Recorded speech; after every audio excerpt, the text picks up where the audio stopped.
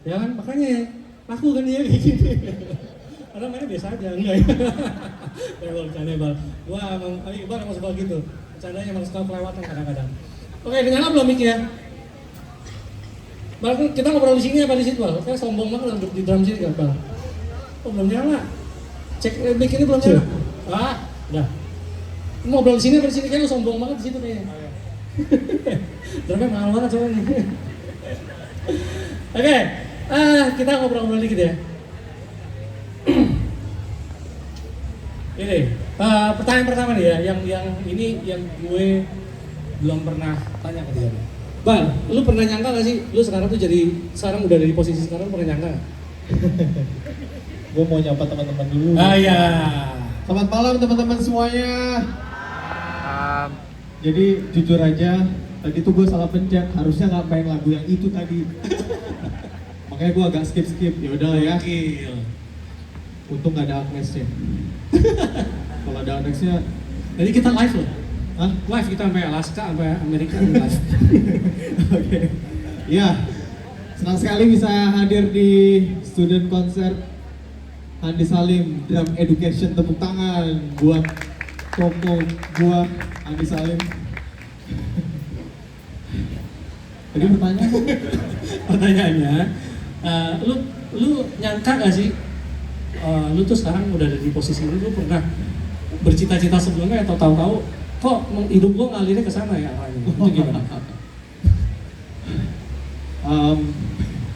Sebenarnya saya tuh nggak pernah nyangka ya. Ini nggak ada suara piano sedih gitu ya? Ya, kayak di TV-TV gitu.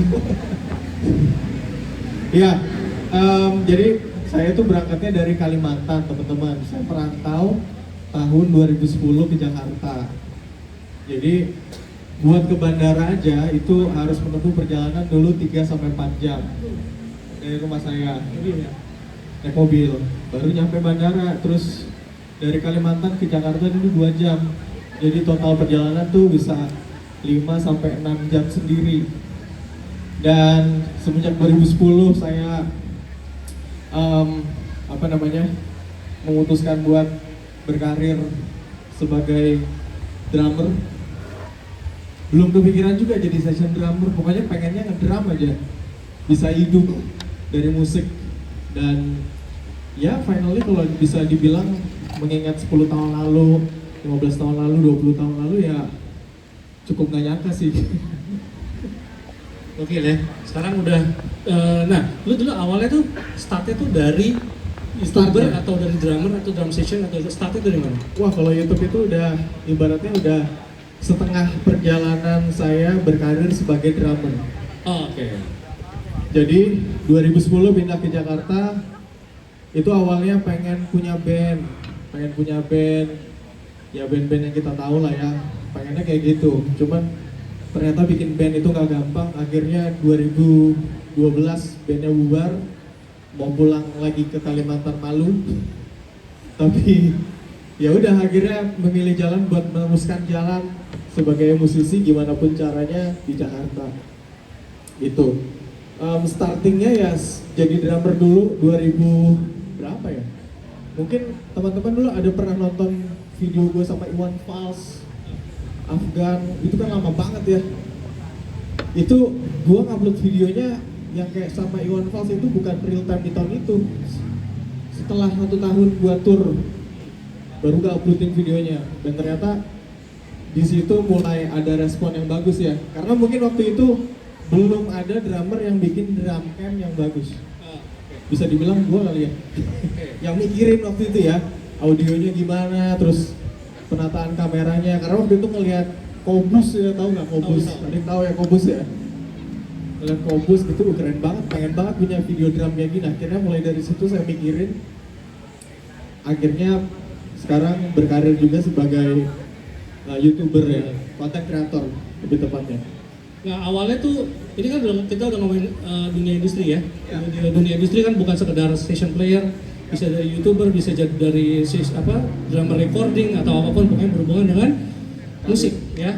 Oke, nah waktu lu bikin YouTube itu lu pernah kepikir gak?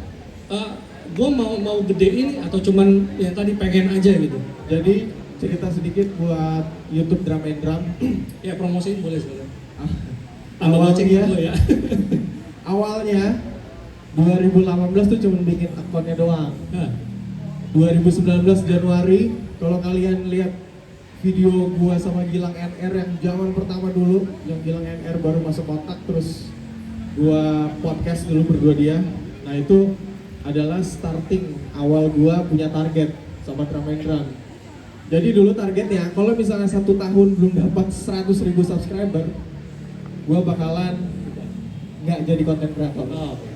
Gua bakalan ngedrum aja, gitu. Tapi ternyata 8 bulan kemudian dari Januari, berarti sekitar November, ya pokoknya sekitar bulan-bulan akhir tahun itu udah nembus 100.000. Dan akhirnya ya berarti saya harus terus Kreasi ya. harus terus ya. jadi content creator juga, jadi drummer juga.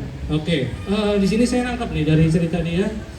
Ini saya yakin Iqbal nggak mungkin bikin video yang asal-asalan. Kalau orang bikin video asal-asalan mungkin nggak ada yang lihat. Dia pasti serius kan dengan ya kan edit video kan per detik kan. Ya dan dulu gue semua yang kerjain.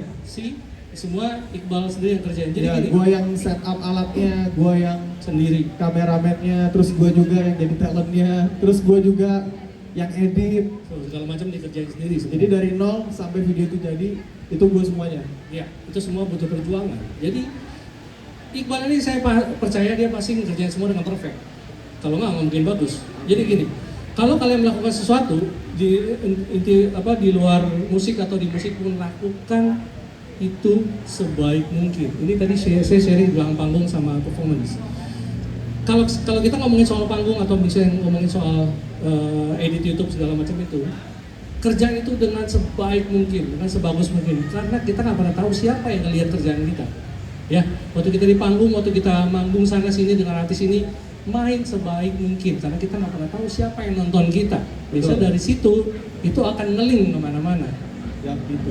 Ya, jadi harus main selalu yang terbaik. Ya, di sini mungkin saya mau lempar pertanyaan buat para penonton. Mungkin ada yang mau nanya tentang Jangan malu-malu. tentang Iqbal. Nanti ada giveaway drum kairing. Enggak. Ada yang mau nanya nggak? Ada nggak? Malu-malu nih. Nomor sepatu ada yang nanya? Nomor sepatu, nomor rekening. Oke, Bang, belum nanya, saya nanya dulu ya. Menurut Ya. lu berjuang di karir bermusik itu susah nggak sih? Susah-susah gampang, karena kalau ngomonginnya karir, kita bicaranya nggak cuma main doang. Betul. Di situ ada yang namanya tongkrongan, pergaulan, terus attitude. Itu soft skill, gua bilangnya itu soft skill. Nah, jadi nggak kalau kita main drum itu namanya hard skill ya, hard skill. Tapi semoga teman-teman mumpung masih muda, mumpung masih kuat sehat, jangan lupa untuk melatih soft skillnya, karena kita ngeband di atas panggung itu cuma sebentar, cuma sejam, 2 jam, 3 jam paling lama, tapi itu jarang banget. Tapi yang lebih lamanya itu adalah tongkrongannya itu, soft skillnya. Jadi kalau misalnya attitude-nya kurang asik, terus apa ya, ya pokoknya berhubungan sama soft skill itu kurang asik, ya bakalan lenyap dari industri. Iya. Sesimpel itu sih. Sesimpel itu, benar ya. Tadi yang saya bilang waktu awal-awal, skill yang bikin kita berada di atas, tapi karakter bisa bikin kita bertahan di atas. Jadi Ya. lupain dulu skill, yang penting karakter kita rapiin dulu. Yang penting kita main aman gitu kan. Iya. Yang penting main aman, main rapi, pokoknya si artis suka udah gitu. Jadi nggak usah terlalu yang, kalau di Indonesia yang mulik nggak usah terlalu sampai yang detail banget. Kalau tahu Jojo Mayer gitu, mungkin kalau di Indo nggak kepake itu teknik tadi gitu. Iya. Yang penting main drum cair itu. Itu yang penting. Iya, kurangin hitnya, kurangin jebakannya, perbanyak budgetnya. Itu dia. Kalau bisa kita main 4 bar dong tuh. Orkestra siram-siram dong, tapi barannya sama yang lain gitu. Oke. Ada yang mau tanya? Di mana aja nggak? Ini. Di mana aja? Malu-malu nih. Oh, Ntar di itu sini tuh. pada nanya. Masuk dulu. Ayo sih, Oh. Glenn, murid gue nih. Oh iya. Traditional gripper juga. Silakan Glenn. Halo, thank you. Karena aku lihat Kak Iqbal main sama banyak artis, Yes. terus maksudnya kalau aku lihat Kak Iqbal itu salah satu drummer yang sangat versatile lah. Jadi main style apapun enak, main genre apapun tuh bisa feel ini dapat gitu. Nah itu ngembanginnya gimana sih Kak? Terus kalau bisa dikasih part-part lagu, apa aja sih yang penting untuk dipelajarin gitu? Oke, nah ini pertanyaan yang bagus Glenn, thank you. Jadi gue sekarang, sorry gue mau ceritain dari awal gue belajar drum ya. Belajar drum sampai kira-kira gue SMA. Itu dari kayaknya 4 tahun gue starting belajar drumnya, dari basic banget sampai naik terus levelnya. Sampai SMA kira-kira gue belajar, itu gue penuh dengan belajar teknik paradiddle, apalah itu semuanya. Pokoknya penuh dengan belajar teknik. Terus teknik dari mulai teknik licks fill in, terus licks beat, jazz, samba, apa segala macem itu gue pelajarin. Tapi kalau yang licks rhythm gitu gue nggak terlalu spesifik, tapi gue tahu at least kalau misalnya orang minta main swing gitu gue bisa. Terus kalau orang minta main rock gue bisa. Nah ternyata semenjak SMA itu gue udah mulai aktif ngeband di Kalimantan. Gue aktif ngeband, ternyata di situ gue belajar yang namanya attitude. Maksudnya bukan attitude diri kita ya, tapi attitude kita bermain. Jadi misalnya kalau main rock tuh lu jangan harus tas, emang harus powerful gitu. Terus kalau main pop juga jangan terlalu kasar, tapi karena harmoni yang harus dikedepanin. Terus kalau main jazz nggak usah mikir part lagunya, nggak usah, karena semuanya improvisasi. Lu nggak usah latihan, nggak usah ketemu orangnya, nggak usah tahu lagunya, begitu jebret di atas panggung udah pasti keren, karena isinya improvisasi. Jadi dari SMA sampai sekarang lah ya, itu belajarnya hal-hal yang musikal.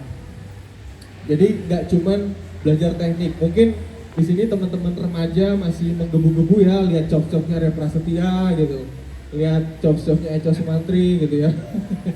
Masih menggebu-gebu, nggak apa-apa. Silakan dilatih. Jadi ibaratnya sekarang kalian butuh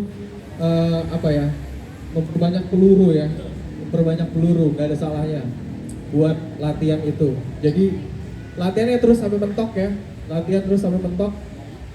Terus kenapa gue bisa main banyak genre? Yaitu ternyata dari starting dari SMA itu gue inget-inget gue belajarnya musikal. Jadi gue iyain semuanya. Gue main sama band rock iya dulu, terus main sama band dangdut iya, terus buat main sama band apapun itu, band jazz sekalipun gue iyain gitu. Nah cuman pas di Jakarta, pas pindah ke Jakarta itu rada kaget sih. Kagetnya kenapa? Karena memang kalau kalian lihat, gue tadi ngeliat ada beberapa main lagu Agnes Mo segala macem. Itu satu, mereka tuh selain butuh, ini udah nggak ngomongin teknik ya, lu udah jago banget, tapi mereka ngomongin attitude gitu. Kayak Agnes Mo gitu, lu main drum culun banget sih, gue pernah sampai digituin gitu. Lu nggak swag banget. Terus gimana sih caranya biar swag itu? Dia ngeliatin drummer-drummer negro gitu ya, yang kulit hitam, yang dia udah pernah main juga. Nih Chris Coleman lihat nih, iya ya, harus kayak gini katanya kalau di atas panggung gua katanya. Oh gitu ya. Terus sampai diajarin dance sama dia gitu, supaya pas denger musiknya tuh bisa joget juga gitu. Oh jadi gitu. Pas gue di Jakarta baru gue bisa bisa melihat attitude-nya gitu ya. Terus kayak gue pernah lagi main sama Padi gitu, Dewa. Itu ya memang mereka harus begitu gitu, fill in-nya, terus tuningannya lagi. Selama ini kan kita main, mungkin teman-teman sekarang hanya ngulik pada tekniknya. Oke, tekniknya gue bisa gitu, tapi ternyata dipraktekin ke drum kok gak enak ya. Ya mungkin dicek lagi, tuningannya kurang pas, bisa jadi, atau settingannya. Kalau main yang chops gitu, tomnya 13 inch, terus kitnya 24 inch, ya gak enak gitu. Terus yang kayak di drum Gilang ini, terus kita coba main lagu Rosa gitu, kayaknya gitu. Kayak gitu ya. Jadi ada attitude dalam bermusik, itu sebenarnya kita nggak bisa pelajarin 1-2 bulan, tapi itu harus by experience. Jadi Makanya itu teman-teman kumpulin experience sebanyak-banyaknya, dipelajarin, pasti itu akan pengaruh dalam permainan dan di kehidupan juga. Betul, bilang bagus. Pertanyaan bagus, jawabannya bagus banget. Itu confirm saya juga kan gue demen Latin ya, mainnya musik Latin tuh. Sama lagi tuh sama Rio Moreno. Ya. Jadi lu coba deh belajar salsa, Iya. dan salsa. Nggak mau, iya, gue nggak perlu nggak mau ngapain. Tapi begitu gue belajar dia bilang tuh, lu makin enak main Latinnya. Iya. Gitu itu pengaruh. Jadi udah main satu style tuh udah mesti whole package. Atau lu kalau bisa bahasa Latin, lu bisa lebih gila lagi main Latinnya bisa enak lagi. Jadi itu bisa harusnya latihannya whole package. Jadi kalau misalnya kita mendalami semua style musik di dunia, umur kita nggak bakal cukup, bener ya? Yap. Mau main Latin, mau main swing, mau main apa segala macam. Mungkin kita kedengarannya ya paling 7 atau misalnya 7 atau 15 tahun. Dalam ini tuh bisa bertahun-tahun. Saya main Latin itu bisa 8 tahun baru enak. Iqbal mungkin main gini berapa tahun dari SMA atau SMA ya, bermain belajar gitu kan? SMA itu start bermusiknya. Nah itu ya, jadi belajar itu butuh waktu. Dan kalau saya tangkap tadi latihan terus tapi nggak tahu manggungnya kapan kan, baru jam itu kan atau di sana kan. Ini saya cuma pesan latihan aja terus, persiapin diri sebaik mungkin karena kita nggak tahu kesempatan itu datangnya kapan. Begitu datang kesempatan, weh ini drummer pertama gua nggak bisa nih, lu gantiin dong. Begitu digantiin, mainnya bagus gitu. Iya benar. Dari situ langsung mulut ke mulut. Jadi latihan terus sampai sekarang saya ada di masa yang susah untuk latihan. Sekarang saya ada di masa susah untuk latihan, tapi udah banyak karena banyak manggungnya, karena banyak nggak cuma manggung ya, jadwal bikin konten lah apa sekarang. Jadi semakin dewasa umur kalian semakin banyak juga distraksinya biasanya. Oke, pertanyaan terakhir sebelum Iqbal tutup. Oh itu tuh masih Mana? di belakang. Maju Mas, dong, maju dong. maju sini mas. Belakang dong. Siapa sih?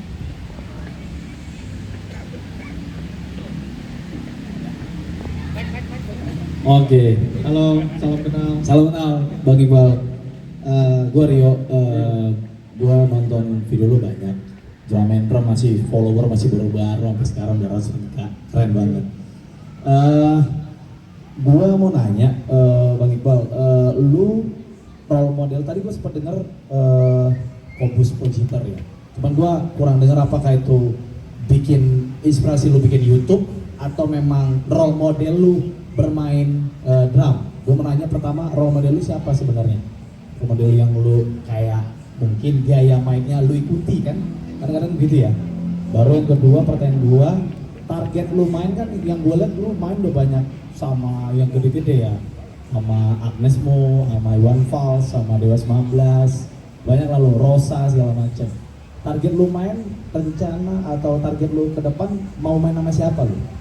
Gitu. Sama role model tadi boleh sebutin dua nggak? Yang luar sama lu Indonesia ada nggak? Target apa lu? Role model lu Bang Iqbal? Itu aja pertanyaan gua. Thank you. Sukses selalu buat lu Bang. Oke,